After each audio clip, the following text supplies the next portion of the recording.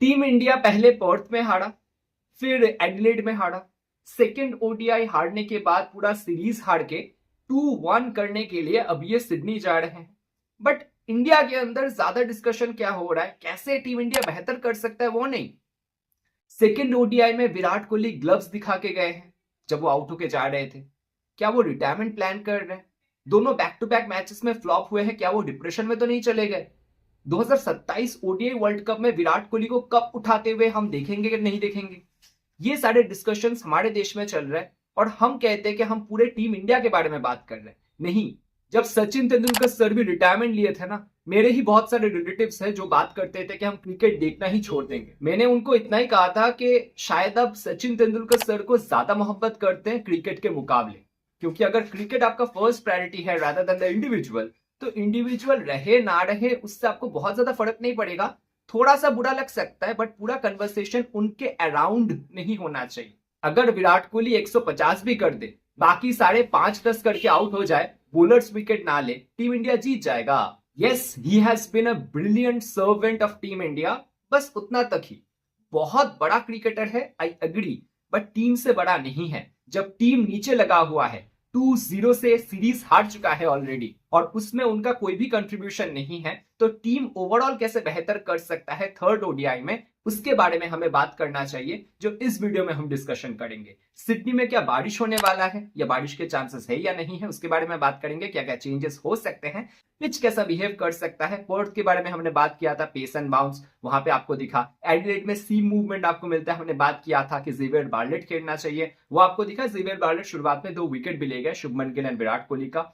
अब इस मैच में पिच कैसा बिहेव कर सकता है, क्या सिडनी मतलब स्पिनर्स को गेम में लाने चाहिए, क्या कुलदीप यादव खेलेंगे, ये सब छोटे छोटे चीज जो बहुत इंपॉर्टेंट है, उसके बारे में हम इस वीडियो में डिस्कशन करेंगे। आप देख रहे हैं ज्ञानी स्पीक्स यूट्यूब चैनल। वीडियो छोटा सा बनेगा, बहुत ही क्रिस्प तरीके से मैं आपको पूरा चीज समझाने वाला हूं, तो आखिर तक बने जरूर रहिएगा। वीडियो को एक लाइक करके शुरुआत करें, चैनल पे नए हैं तो सब्सक्राइब जरूर कर लें, क्योंकि ऐसे ही मैच एनालिसिस रिगार्डिंग वीडियोस इस चैनल पे आपको रेगुलर बेसिस पे मिलते रहते हैं।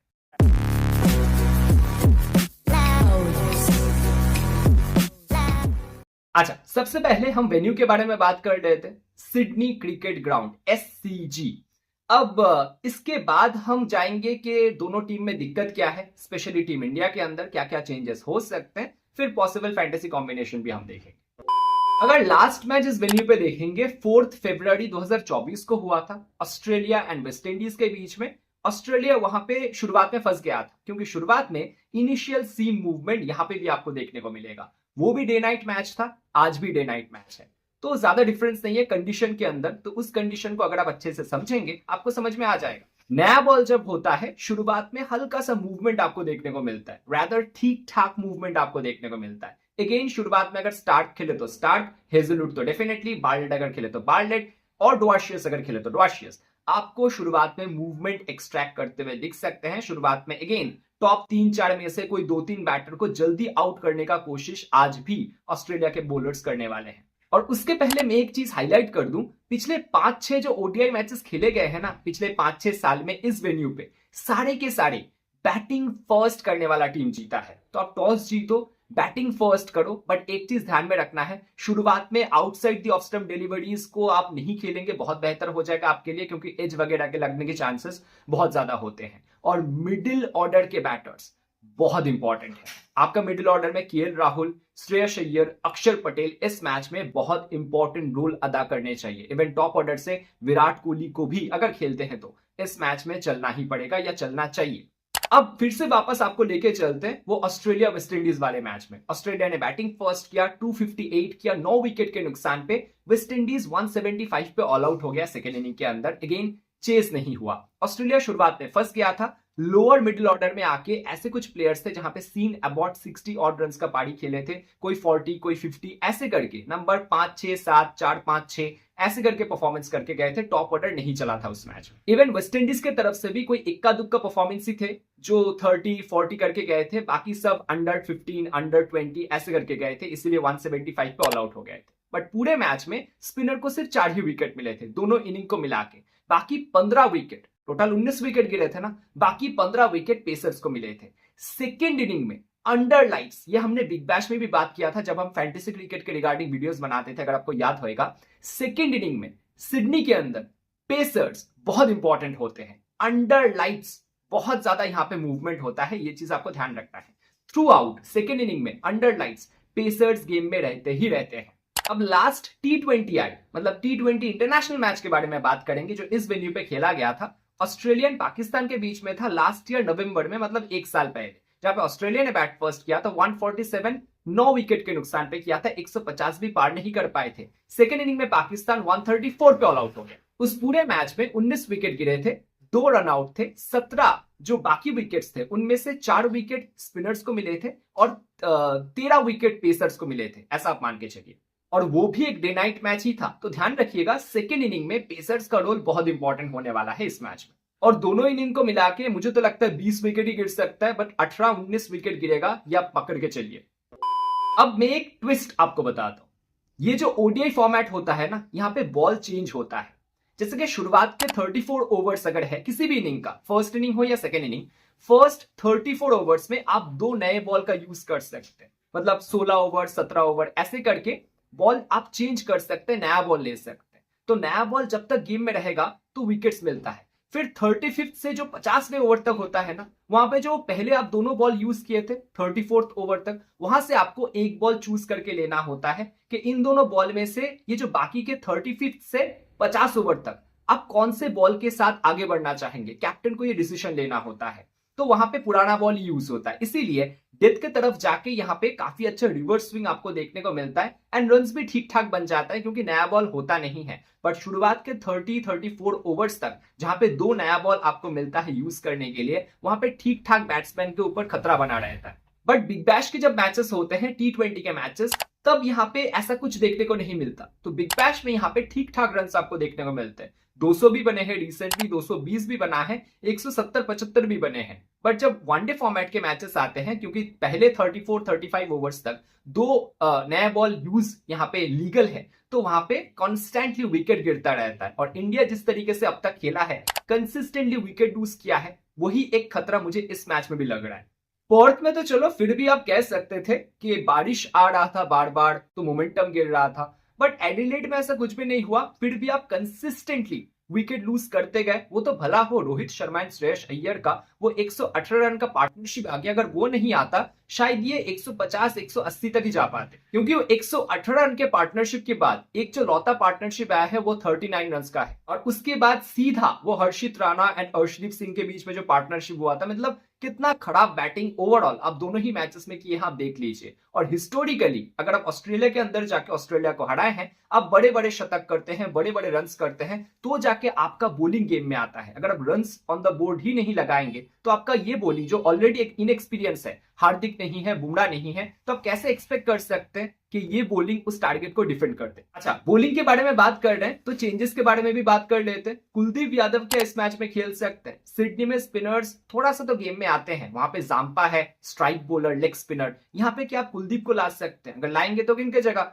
वॉशिंगटन सुंदर की जगह ला सकते हैं, क्योंकि सुंदर वैसे भी कुछ खास बॉलिंग तो कर नहीं रहे, बैटिंग से भी बहुत कोई परफॉर्मेंस नहीं दिया है दोनों मैच में, तो क्यों ना एक स्ट्राइक बॉलर, एक एक्स्ट्रा स्पिनर आप कह लो, जो मेन स्पिनर है, ऑलराउंडर नहीं, उनको आप ऐड कर लो। और ऑस्ट्रेलिया के पिचेस ऐसे है ना जहां पे एक्स्ट्रा बाउंस मिलता है। कोई भी स्पिनर है ना, स्पेशली लेग स्पिनर, अगर वो फ्लाइट देंगे बॉल में, तो उनको एक्स्ट्रा परचेज पिच से मिल सकता है, ये आप लिख के रख लीजिए। और ऑस्ट्रेलिया का मिडिल ऑर्डर देखेंगे, बहुत ज्यादा एक्सपीरियंस नहीं है। Mitch Owen and Cooper Connolly recently debut किए हैं। इधर मिडिल ऑर्डर को संभालने के लिए स्टीवन स्मिथ, मैक्सवेल, वो सारे नहीं है। तो क्या कुलदीप यादव को खिला के उनका जो already vulnerable middle order and lower middle order है, उनको खराब कर सकते हैं?